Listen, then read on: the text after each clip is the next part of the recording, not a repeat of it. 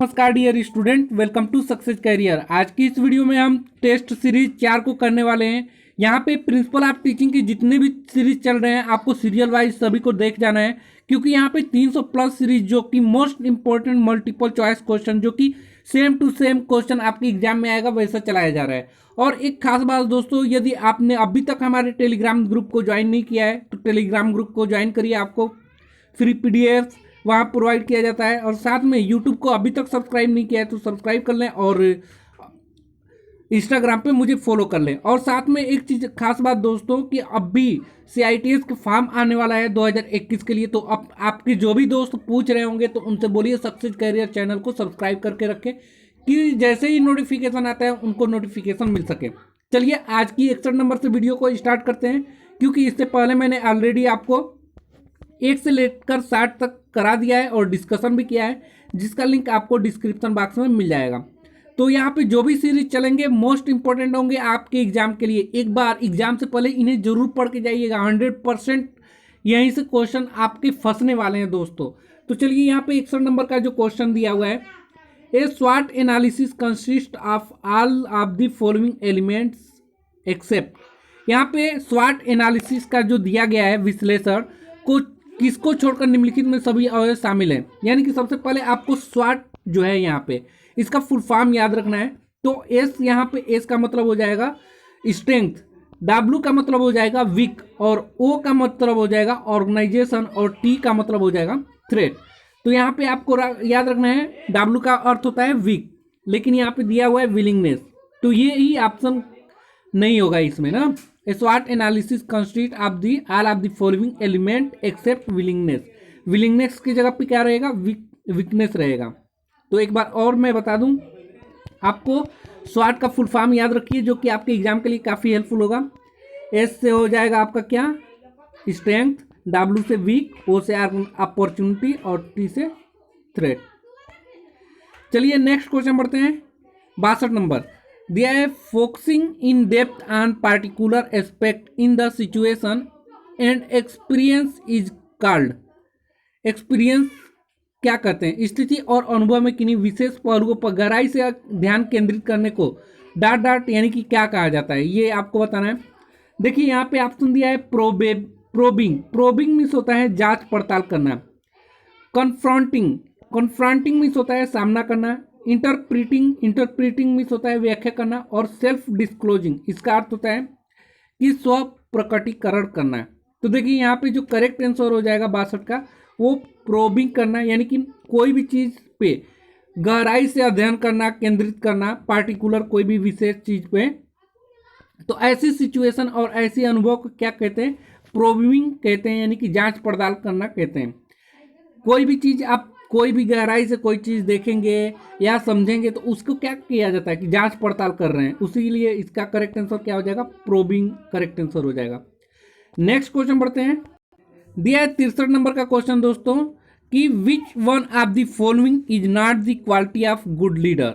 इनमें से कौन सा एक अच्छे लीडर का क्वालिटी नहीं है, ये बताना है। अच्छा लीडर का क्वालिटी क्या नहीं होना चाहिए, इंट्रोवर्ट नहीं होना चाहिए। इंट्रोवर्ट मीन्स होता है अंतर्मुखी, जो खुद से बातें करे। डेडिकेशन मीन्स होता है समर्पण, कोई किसी चीज़ के लिए कितना आप समर्पण है, डेडिकेशन है। ओपननेस यानी कि खुलापन या क्रिएटिविटी। तो देखिए यहाँ पे जो करेक्ट आंसर हो जाएगा, जो भी अच्छे लीडर की क्वालिटी नहीं होनी चाहिए, ये इंट्रोवर्ट नहीं होना चाहिए। अब बताइए, यदि आप एक लीडर हैं और अपनी बातें दूसरों को नहीं बता रहे हैं तो आप कैसे लीडर हैं, आपका कोई फॉलो ही नहीं करेगा। लीडर क्या होता है कि दूसरे लोग उनका फॉलो करें, तो उसे इंट्रोवर्ट नहीं होना पड़ेगा, अंतर्मुखी नहीं होना पड़ेगा, उसे एक्सट्रोवर्ट होना पड़ेगा, बोलना पड़ेगा, दूसरे से बातें करना पड़ेगा। तो करेक्ट आंसर यहाँ पे क्या हो जाएगा, इंट्रोवर्ट हो जाएगा। नेक्स्ट क्वेश्चन बढ़ते हैं। 64 number, how many bits are there in a byte. एक बाइट में कितने बीट्स होते हैं ये आपको बताना है। तो आपको मैं यहाँ पे बता दूं, करेक्ट आंसर पहले बता दे रहा हूँ। देखिए, एक हाउ मेनी बीट्स यानी कि कितने बीट्स होते हैं एक बाइट में। तो एक बाइट में याद रखिए, एक बाइट में 8 बीट होती हैं, 8 बीट होती हैं। और दूसरी बात, एक निब्बल में पूछ लिया जाता है तो एक निब्बल में 4 बीट होती हैं, याद रखिएगा 4 बीट। और सबसे ज़्यादा इंपॉर्टेंट यहाँ पे है और भी चीज़ें, जैसे पूछ लेगा 1 MB में कितना KB होता है, किलोबाइट। तो 1024 किलोबाइट बराबर 1 MB। 1024 MB बराबर 1 GB, 1024 GB बराबर 1 TB यानी कि टेराबाइट। याद रखिएगा, ये इसमें से किसी एक क्वेश्चन को पूछ सकता है। बढ़ते हैं नेक्स्ट क्वेश्चन की तरफ। नेक्स्ट क्वेश्चन है which one of the following is a permanent memory of the computer. इसमें आपको बताना है इनमें से जो नीचे दिया गया है इनमें से कौन सा परमानेंट मेमोरी है। परमानेंट मेमोरी का, कंप्यूटर की परमानेंट मेमोरी कौन सा है, तो कौन सा इसमें परमानेंट मेमोरी है कंप्यूटर का, तो आपको पता होना चाहिए जो रोम होता है, रोम का full form read only memory. ये क्या होता है कि ये परमानेंट मेमोरी होता है कंप्यूटर का। नेक्स्ट क्वेश्चन बढ़ते हैं। 66 नंबर दिया है process of teaching and learning is dot dot communication, यानी कि जो टीचिंग है और लर्निंग है यानी कि शिक्षण और सीखने की प्रक्रिया जो है ये 1 वे कम्युनिकेशन है, 2 वे कम्युनिकेशन है, इनडायरेक्ट कम्युनिकेशन है या ड्रामेटिक कम्युनिकेशन है। तो जो टीचिंग एंड लर्निंग प्रोसेस है ना, ये जो प्रोसेस है 2 वे कम्युनिकेशन होता है। जैसे मान लीजिए कि मैं आपको टीच कर रहा हूँ, आप क्या कर रहे हैं उसी चीज़ को लर्न कर रहे हैं, सीख रहे हैं। तो क्या इसमें 2 माध्यम हो गए ना, पहला आप दूसरा मैं, तो या पहला मैं या दूसरा आप, तो 2 वे कम्युनिकेशन हो गया। ये टीचिंग और लर्निंग कौन सा कम्युनिकेशन हो गया, 2 वे लर्निंग कम्युनिकेशन। नेक्स्ट क्वेश्चन बढ़ते हैं। 67 नंबर का क्वेश्चन आपके सामने दिया है which of the following is not a parameter of formal education. इनमें से कौन सा पैरामीटर जो है फॉर्मल एजुकेशन के अंतर्गत नहीं आता है। फॉर्मल एजुकेशन का मतलब है कि औपचारिक शिक्षा, ठीक है। तो जो यहाँ पे गाइडेंस इज इसेंशियल, पहले ऑप्शन को पढ़ते हैं। इट मस्ट है definite syllabus, course, prescribe time, ETC। देखिए फॉर्मल जो सिलेबस है उसके अंतर्गत डिफिनिट सिलेबस होती है। जैसे कि आपका जो सिलेबस है वो क्या है, एक निश्चित सिलेबस होता है, निश्चित कोर्स होती हैं और निश्चित ही उसका वर्णन निर्धारित समय होता है। तो ये किसके अंतर्गत आता है, फॉर्मल एजुकेशन के अंतर्गत आता है। दूसरा ऑप्शन दिया है guidance is essential, it is obtain from the other member of the society. तो ये इनफॉर्मल एजुकेशन कहलाता है, जो दूसरों से सीखा जाता है। दूसरों से सीखने का मतलब है जो मार्गदर्शन आवश्यक है ये समाज के अन्य सदस्यों से प्राप्त किए जाते हैं। तो यही हमारा करेक्ट आंसर हो जाएगा। वही पूछा है कि इसमें से कौन सा फॉर्मल एजुकेशन के पैरामीटर्स नहीं है, तो दूसरा वाला करेक्ट हो जाएगा। तो फॉर्मल एजुकेशन क्या होता है कि निश्चित सिलेबस हो, कोर्स हो और निश्चित समय हो, और इसके लिए आवश्यक है कि किसी न किसी इंस्टीट्यूट या कॉलेज की आवश्यकता होती है फॉर्मल एजुकेशन के लिए। लेकिन इनफॉर्मल एजुकेशन के लिए निश्चित जगह की आवश्यकता नहीं होती, वो बस समाज से, अपने माँ बाप, पिता, भाई बहन से ही सीख लिया जाता है। और यहाँ पे choice of field is available, ये किसका है, फॉर्मल एजुकेशन में अवेलेबल होता है कि आप कौन से फील्ड से पढ़ रहे हैं। जैसे आप भी फीटर से होंगे, टर्नर, मशीनिस्ट, वेल्डर, कोई इलेक्ट्रीशियन, कोई कोपा ट्रेड लिया होगा, तो ये सभी क्या है आपके, ये फॉर्मल एजुकेशन है जिसमें सारी फॉर्मेलिटीज पूरी होती है। जैसे इंस्टीट्यूट होना चाहिए, निश्चित सिलेबस होना चाहिए और कोर्स होनी चाहिए और निर्धारित समय, जैसे CTI 1 साल का होता है। तो ये फॉर्मल एजुकेशन के अंतर्गत आता है। नेक्स्ट क्वेश्चन बढ़ते हैं। 68 नंबर दिया है ministry of skill development and entrepreneurship was founded in. जो MSDE है, MSDE का पहले फुल फॉर्म याद रखिएगा, ministry of skill development entrepreneurship was founded, कब पाया गया यानी कब बनाई गई, ठीक है, 2014 में, 2015 में, 2016 में या 2017 में। तो करेक्ट आंसर जो हो जाएगा MSDE की फाउंडेशन हुआ 2015 में, करेक्ट आंसर हो जाएगा।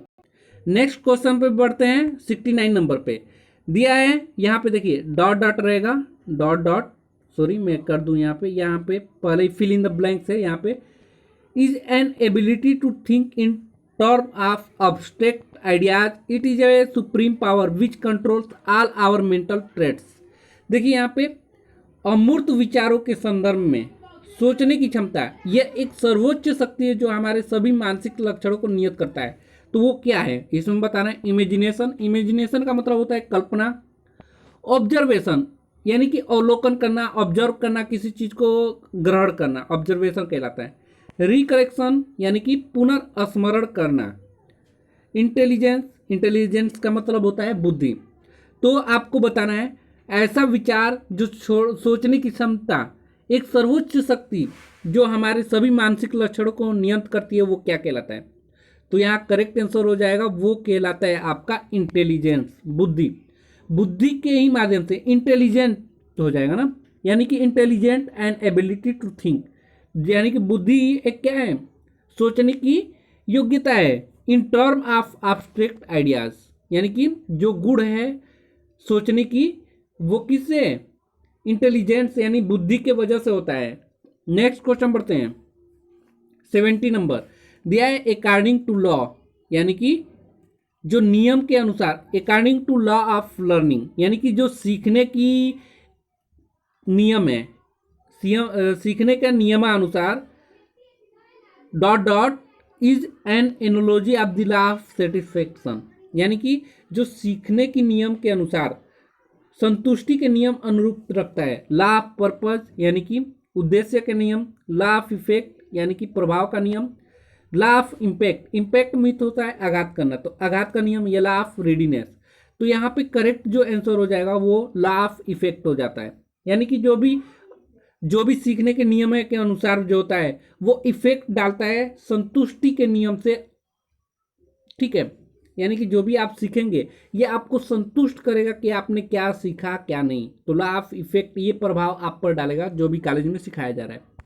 नेक्स्ट क्वेश्चन पढ़ते हैं 71 नंबर पे दिया है कि esteem of the other through status, यानी कि प्रतिष्ठा के माध्यम से दूसरों का सम्मान, esteem of other through status, status के हिसाब से किसी को सम्मान देना, रिकॉग्नाइजेशन यानी कि अभिज्ञान करना, एप्रिसिएशन यानी कि अभिमूल्यन करना, इटीसी यानी कि इत्यादि, and internal factor such as self respect, यानी कि इंटरनल फैक्टर मतलब आंतरिक जो फैक्टर है सेल्फ रिस्पेक्ट वाला, achieve and autonomy belongs to, एक बार मैं बता दूं, प्रतिष्ठा के माध्यम से दूसरों का सम्मान, अभिज्ञान, उसके बाद अभिमूल्यन इत्यादि, आत्मसम्मान किससे उपलब्ध किया जा सकता है, belonging to and love needs, यानी कि इसका अर्थ होगा बिलोंगिंग मतलब संबंध और प्यार की आवश्यकता से, या सेल्फ एक्चुअलाइजेशन नीड्स, यानी कि आपकी जो भी स्वयं का एक्चुअलाइजेशन है, वास्तविकरण है, उसकी आवश्यकता से, या स्टीम नीड यानी कि सम्मान की आवश्यकता, स्टीम मिस होता है सम्मान की आवश्यकता से,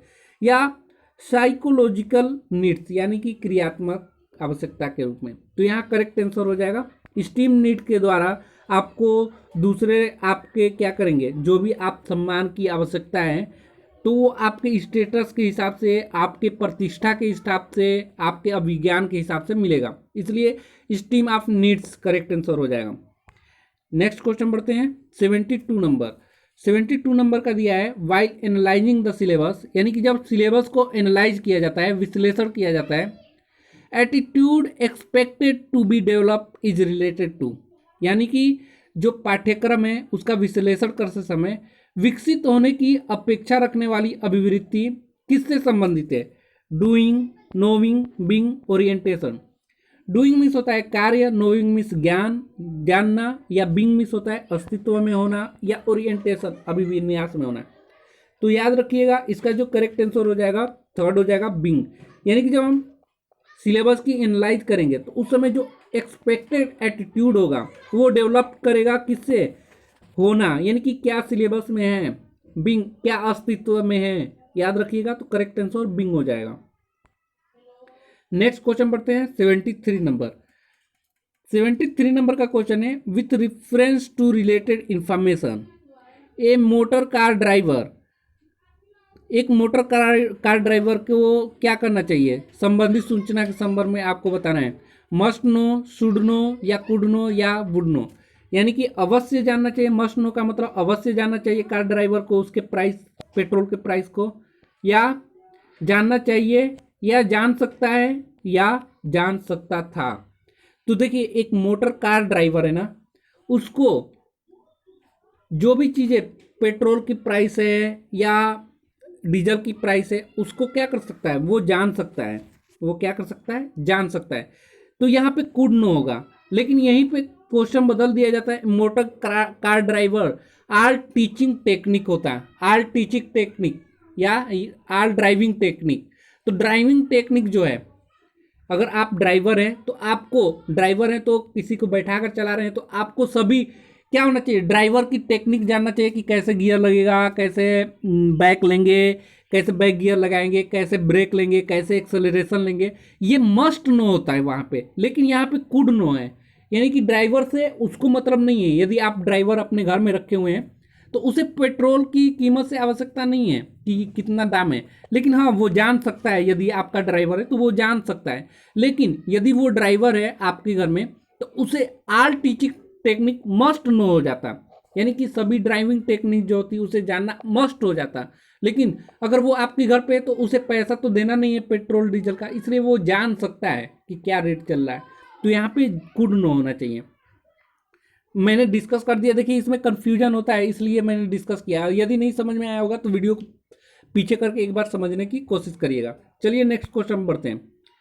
64 नंबर पे दिया है communication between hub and spoke program DGT is done through, यानी कि डीजीटी के हब और स्पोक कार्यक्रम के बीच संचार के माध्यम से किया जाता है। किसके माध्यम से किया जाता है, तो देखिए हब और spoke program of DGT. DGT का पहले तो फुल फॉर्म आपको याद रखना है, डायरेक्टरेट जनरल ऑफ ट्रेनिंग।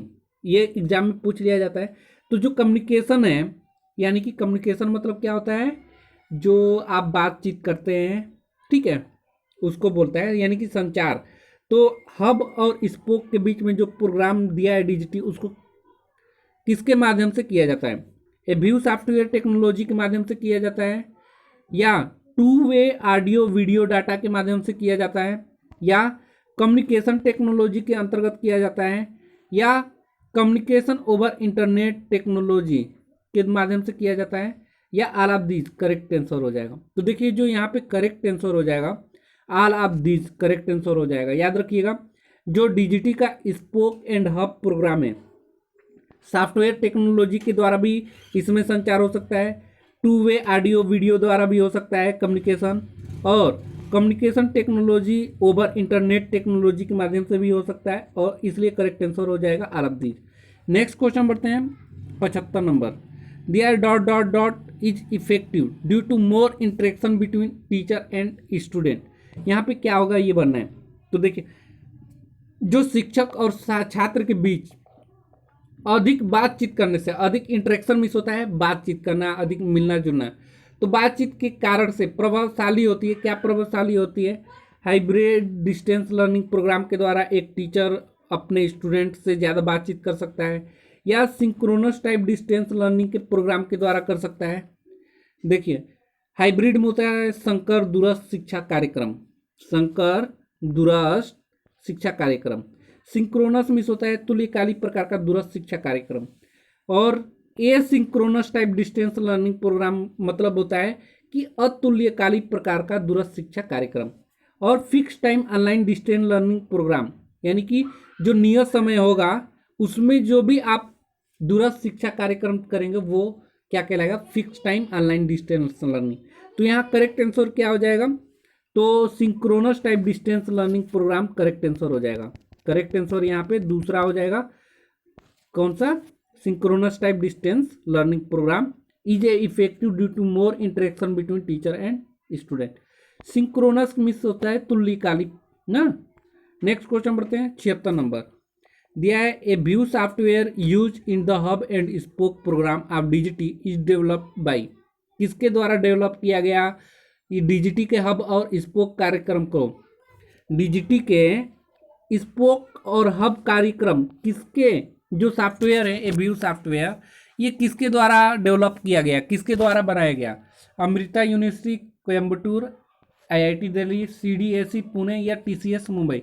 तो देखिए यहाँ पे करेक्ट आंसर हो जाएगा Amrita university Coimbatore. Correct answer पहला हो जाएगा। याद रखिएगा जो ए व्यू सॉफ्टवेयर जो है स्पोक एंड हब में जो कि डीजीटी ने डेवलप करवाया था, ये किसके द्वारा किया गया था, Amrita university Coimbatore. Correct answer पहला हो जाएगा। नेक्स्ट क्वेश्चन बढ़ते हैं 77 नंबर पे।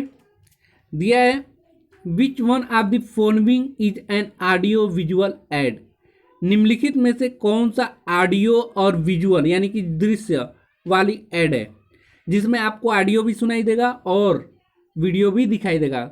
रेडियो में तो रेडियो में सिर्फ आप ऑडियो देख सकते हैं, सुन सकते हैं। चाक बोर्ड पे क्या होगा, देखिए यहाँ पे जो चाक बोर्ड है इस पे आप लिख सकते हैं, पढ़ सकते हैं, ठीक है।